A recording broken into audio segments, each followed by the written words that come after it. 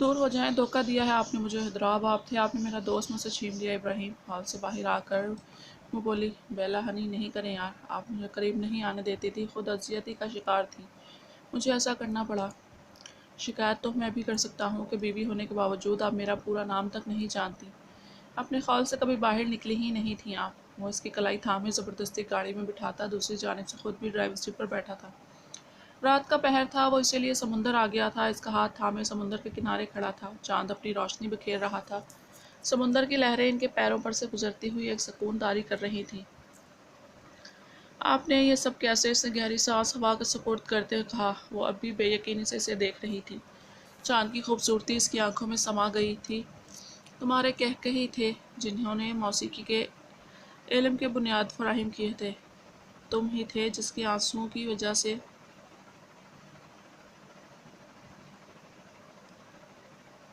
سمندر کو اپنے کڑوے ہونے کا سبب معلوم ہوا تھا۔ تمہاری خاموشی ہی کی بنا پر شام نے اپنے اداسی کے جزیرے دریافت کیے تھے، جاتے سمے تمہارے مڑ کر نہ دیکھنے نے ثابت کیا تھا کہ روشنی سیدھی لکیر میں سفر کرتی ہے۔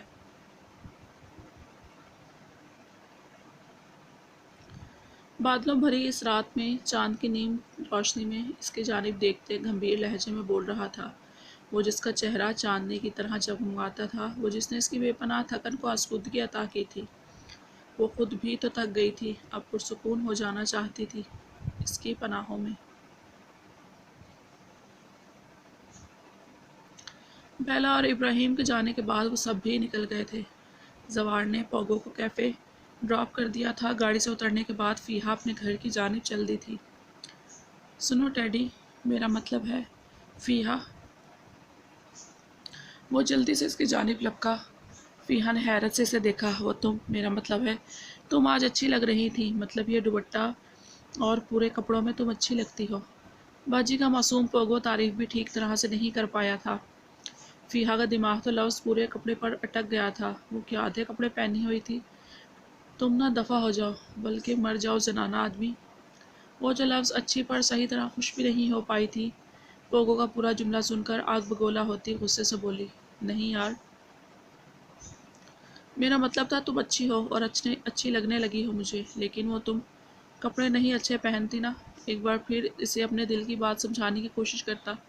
وہ آخر میں پھر صاف گوئی کا مظاہرہ کر گیا تھا، جو فیہا کو بالکل پسند نہیں آیا تھا۔ تم پرویز کوثر، تم اپنے نام کی طرح انتہائی سست آدمی ہو۔ میں اچھی ہوں، تمہیں لگوں یا نہ لگوں، اور وہ کپڑے بھی میرے مجھے پسند ہیں۔ اس سے کوئی فرق نہیں پڑتا کہ تمہیں نہیں پسند آئے۔ دل جو اس کی بات پر خوش ہونے لگا تھا، ایک بار پھر پوری بات سننے پر اس کا غصہ عود آیا تھا۔ اس کی تعریف پر 4 حرف بھیجتی وہ تن فن کرتی نکل گئی تھی۔ کیسے سمجھاؤں کہ مجھے شروع سے اچھی لگتی ہے، بس اس کے کپڑے۔ پوگو کی تان اب بھی کپڑوں پر ہی اٹکی ہوئی تھی۔ وہ مسکراتی ہوئی ہاتھوں میں لوشن لگا رہی تھی۔ افضل ملک نے پہلی بار انہیں یوں مسکراتے دیکھا تھا، یا شاید وہ آج پہلی بار ہی اسے یوں دیکھ رہے تھے۔ خوش ہیں آپ؟ وہ ان کے قریب ہی بیڈ پر آ بیٹھے۔ دونوں بیٹیاں ماشاءاللہ خوش ہیں اپنی اپنی زندگیوں میں، مطمئن ہو گئی ہوں اب زندگی سے۔ وہ واقعی مطمئن اور خوش لگ رہی تھی آج۔ گندمی رنگت پر کھڑے نقوش اور لمبے بال جن میں وقت کے ساتھ چاندنی اتر آئی تھی، لیکن وہ آج بھی پرکشش تھیں۔ وہ خود بھی مسکرا اٹھے۔ عین اسی لمحے سدرا کی نظریں اٹھی تھیں۔ انہیں مسکراتا دیکھ کر وہ آج بھی سب بھول جاتی تھیں۔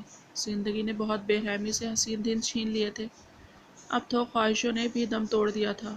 اور سر جھٹکتی پیر اوپر کر کے لیٹ گئی۔ کچھ زیادتی انہوں نے کی تھی تو کچھ ان کے ساتھ ہوئی تھی۔ زندگی گزر گئی تھی، لیکن اب بہت کچھ اچھا ہو رہا تھا جو انہیں خوشی کے ساتھ دکھ بھی دے رہا تھا۔ افضل، وہ دونوں ہی اپنی اپنی سوچوں میں گم لیٹے ہوئے تھے جب ان کی آواز پر افضل ملک نے ان کی جانب دیکھا تھا۔ انہوں نے پہلی بار نام لیا تھا ان کا، جی کہیں ہمیشہ کی طرح وہ آج بھی پوری توجہ سے ان کی طرف متوجہ ہوئے تھے۔ لہجے میں احترام واضح تھا۔ وہ مسکرا دیں، یہ بات سچ تھی، افضل ملک نے ہمیشہ انہیں عزت دی تھی، ان کے وقار کا خیال رکھا تھا، بس محبت ہی تو نہیں دے سکے تھے۔ حق ہاں، کمبخت محبت ہی تو درکار تھی۔ آپ کو کبھی مجھ سے محبت نہیں ہوئی افضل؟ وہ دھیرے سے ان کی جانب رخ کرتی بولی، تھوڑی سی بھی نہیں۔ ان کے لہجے میں الفاظ میں تشنگی لیے وہ بول رہی تھیں۔ وہ گہری سانس لے کر رہ گئے، آج وہ یہ سوال پوچھ رہی تھی۔ کرنا چاہتا ہوں، وہ تھکے تھکے سے لہجے میں بولے۔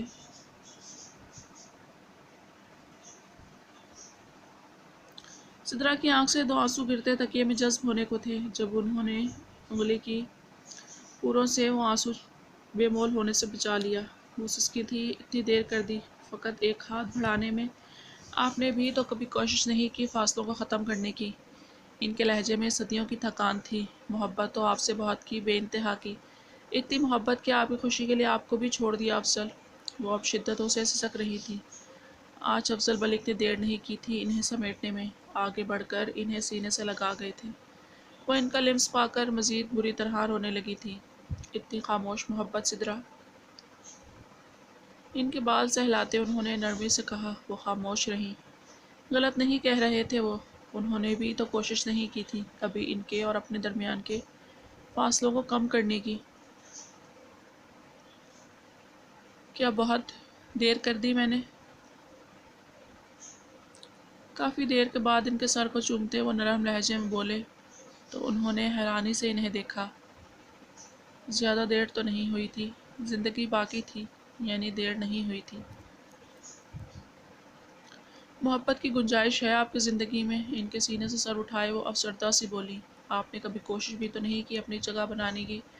آپ اپنے فرائض فرض سمجھ کر نبھاتی رہی، میں اپنے فرائض ادا کرتا رہا، محبت کی تو کوشش ہی نہیں کی۔ کرنا چاہتا ہوں آپ سے محبت سدرا، آپ ساتھی ہیں میری، شریک سفر، دوست، بس محبت نہیں ہے، تھوڑا وقت اور دے دیں، کرنا چاہتا ہوں آپ سے محبت۔ ان کے ماتھے پر عقیدت بھرا لمس چھوڑتے وہ بولے۔ وہ آسودگی سے آنکھیں موند گئیں۔ تشکر کے 2 آنسو ان کے سینے میں جذب ہوئے تھے۔ وہ اس کے کندھے سے سر ٹکائے بیٹھی تھی جبکہ ابراہیم اپنی انگلیوں میں اس کی انگلیاں پھنسائے اس کے ہاتھوں سے کھیل رہا تھا۔ وہ دونوں اب بھی سمندر کے کنارے ہی بیٹھے ہوئے تھے۔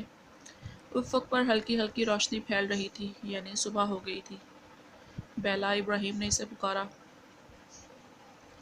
کوئی آواز نہ پا کر اس کی جانب دیکھا، وہ سو چکی تھی۔ وہ ہلکا سا ہنسا، ہوا سے اڑتے اس کے بال اس کے چہرے پر آ رہے تھے جبکہ ہونٹ اس کی گردن سے مس ہو رہے تھے۔ نرمی سے اس کے گالوں پر انگلیاں پھیرتے ابراہیم نے ایک بار پھر اسے پکارا۔ ہوں کرتی پھر سے اس کے قریب ہوتی سو گئی۔ اس نے مسکرا کر نفی میں گردن ہلاتے سمندر کی لہروں کے پیروں کو چھوتے پانی ہاتھوں میں لیے اس کے چہرے پر پھینکا۔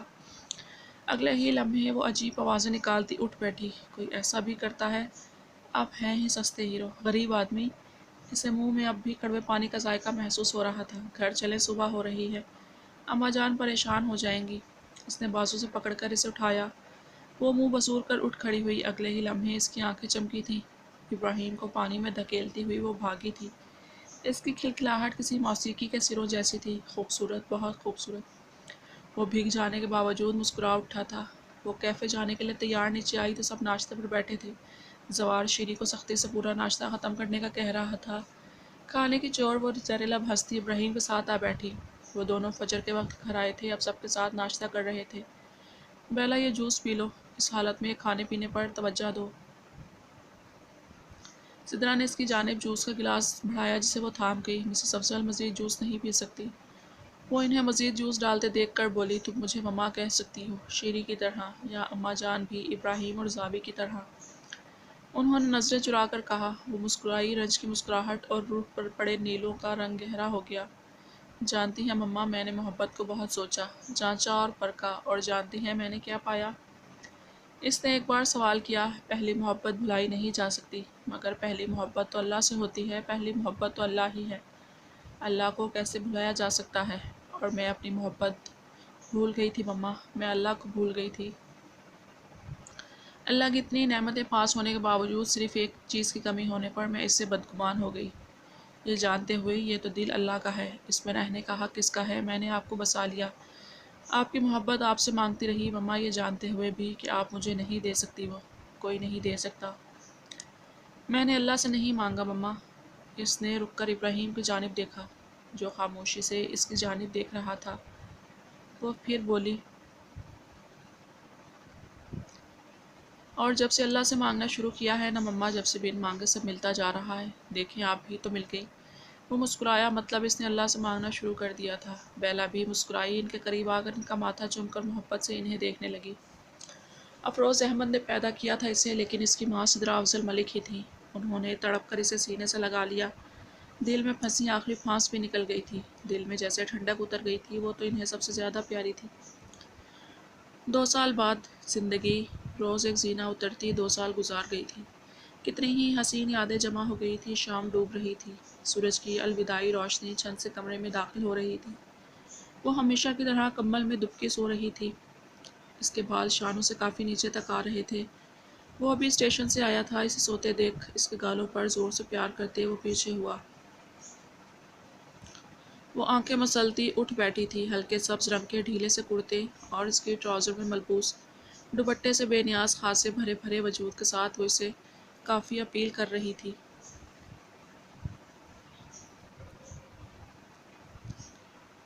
5 مہینے پہلے ہی انہیں خوشخبری ملی تھی۔ وہ کافی کمزور تھی۔ سوار نے اسے اپنی ہتھیلی کا چھالا بنایا ہوا تھا۔ جاگ گئی وائفی؟ اس کے بالوں کو انگلیوں سے سنوارتے وہ محبت سے بولا۔ تم آ گئے نا یہاں؟ وہ منہ بسور کر بولتی، اس کے سینے میں چہرہ چھپا کر بولی۔ اس کا زندگی سے بھرپور قہقہا گونجا۔ مطلب میری غیر موجودگی میں نیند پوری کرنے کا ارادہ تھا میری شیری کا؟ اس کی ناک پر لب رکھتے وہ شرارت سے بولا۔ وہ پل بھر میں پیچھے ہوئی تھی۔ نہیں، ایسا نہیں۔ وہ جلدی سے بولی، فریش ہو کر چینج کر لیں، انتظار کر رہے ہیں سب نیچے۔ اس کی شرٹ شانوں پر سے ٹھیک کرتے وہ نرم مگر سنجیدہ لہجے میں بولا۔ اس کے عمل پر وہ خفت سے سرخ پڑتی باتھ روم کی جانب بھاگی تھی۔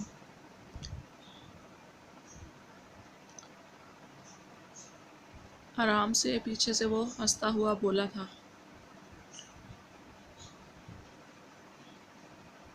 گھاس پر سہج سہج چلتی وہ گلاب زادی تلسم سے بھری ہوئی تھی۔ اس کی ذات کو اپنے حصار میں لے لیتی تھی۔ اے جانے ادا، اے میری اچھے زاہد النو، آؤ تصورات کی حدوں سے پرے ملیں جہاں ہمارے درمیان حجاب کی کوئی دیوار باقی نہ رہے۔ وہاں سے تم سے میں سے تم، ہم ہو جائیں۔ اے میرے اچھے شکر آمیختہ، تم میرے پیراہن بنو اور میں تمہارا غلاف بنوں تاکہ ہم ایک دوسرے کو ڈھانپ سکیں۔ اس نے نرمی سے پیچھے سے اسے اپنے حصار میں لیا تھا۔ اس کی خوشبو اپنے اندر اتار رہا تھا جو آہستہ آہستہ اس کے اندر سرایت کرتی جا رہی تھی۔ وہ اس کی لہو میں گردش کرنے لگی تھی۔ اس کی آنکھیں دھنک کے رنگوں جیسی، اس کا دلکش چہرہ، گلابی لب، وہ آج بھی تو ویسی ہی تھی۔ پورے حق سے اس کے ساتھ سارے اختیار اپنے ہاتھوں میں لیے اس کے دل کی وادی میں استحقاق سے اترتی جا رہی تھی۔ وہ مسکرائی۔ وہ چاروں شانے چت ہوئے، بس یہ سب دیکھتا رہ گیا۔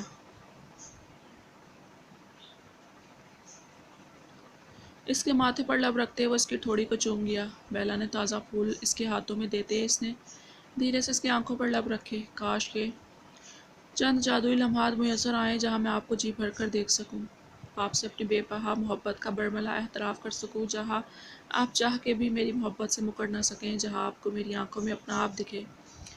مجھے سکون درکار ہے، ایسا سکون جس میں میرے ماتھے پر آپ کے ہونٹوں کا لمس ہو تاکہ میں ماضی کے دکھ بھول کر زندگی کے قریب کو محسوس کر سکوں۔ اس کا لفظ لفظ بیلا کے دل پر اتر رہا تھا۔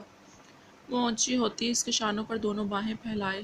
مجھے آج بھی ابراہیم ملک کی آنکھوں میں ہی دکھائی دیتی ہوں۔ اس کی چادر کے حصار میں کھڑی اس کی آنکھوں کو چومتی، اس کے ماتھے پر پیار کرتی وہ اسے مسکرانے پر مجبور کر گئی تھی۔ بس کریں سستے ہیرو، وہ ہنستی ہوئی اسے پیچھے کرتی آگے بڑھی تھی۔ سستا ہیرو، وہ زیر لب بولتا ہنس دیا تھا۔ وہ سارے اس وقت گھر کے لان میں بیٹھے ہوئے تھے۔ وہ کچھ دور ناریل کے اس درخت کے نیچے بیٹھے کچھ دوری پر اپنے چھوٹے سے خاندان کو دیکھ رہے تھے۔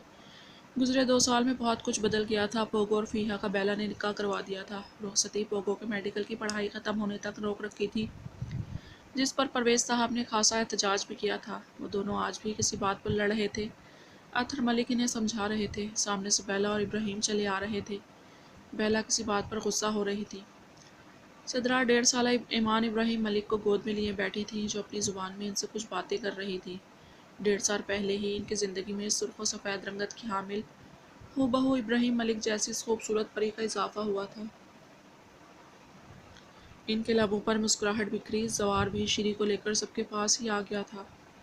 میں افضل ملک جس نے ایک عورت سے عشق کیا، بے انتہا عشق کیا، میں نے افروز احمد سے دل کے سرائے میں افروز بس گئی اور انہیں کبھی نکال ہی نہیں سکا۔ عشق میں یہ بھول گیا کہ دل سرائے نہیں تھا، میری بیٹی میری بیلا کی تکلیف نے مجھ پر آشکار کیا کہ جن کھلے اور بند راستوں کو حقیقت مجھے اس وقت سمجھ نہیں آئی، مگر وقت ایسا بھی آئے گا جب سارے راز مجھ پر کھل گئے اور میں جان گیا کہ جہاں آج بھی میں ہوں وہاں پہنچنے کے لیے تکلیف سے گزرنا پڑتا ہے، کیونکہ بے سکونی کے بعد اللہ سکون دیتا ہے۔ جو میں سمجھ گیا کہ دل کرائی کے لیے خالی مکان نہیں، اللہ کے گھر میں کسی کو بسانے والے کبھی پرسکون نہیں رہتے۔ میں تو افروز احمد سے آج بھی محبت کرتا ہوں، لیکن دل اس کے مالک کو دے دیا ہے۔ سدرا کی آواز پر وہ مسکراتے ہوئے ان کی جانب چل دیے۔ لوگوں کی کسی بات پر وہ سب ہنستے تو ہوائیں اس پاس سے رقص کرتی گزر رہی تھیں۔ بھنورے رقص سے تنگ آ کر پھولوں سے بات کرنے لگے۔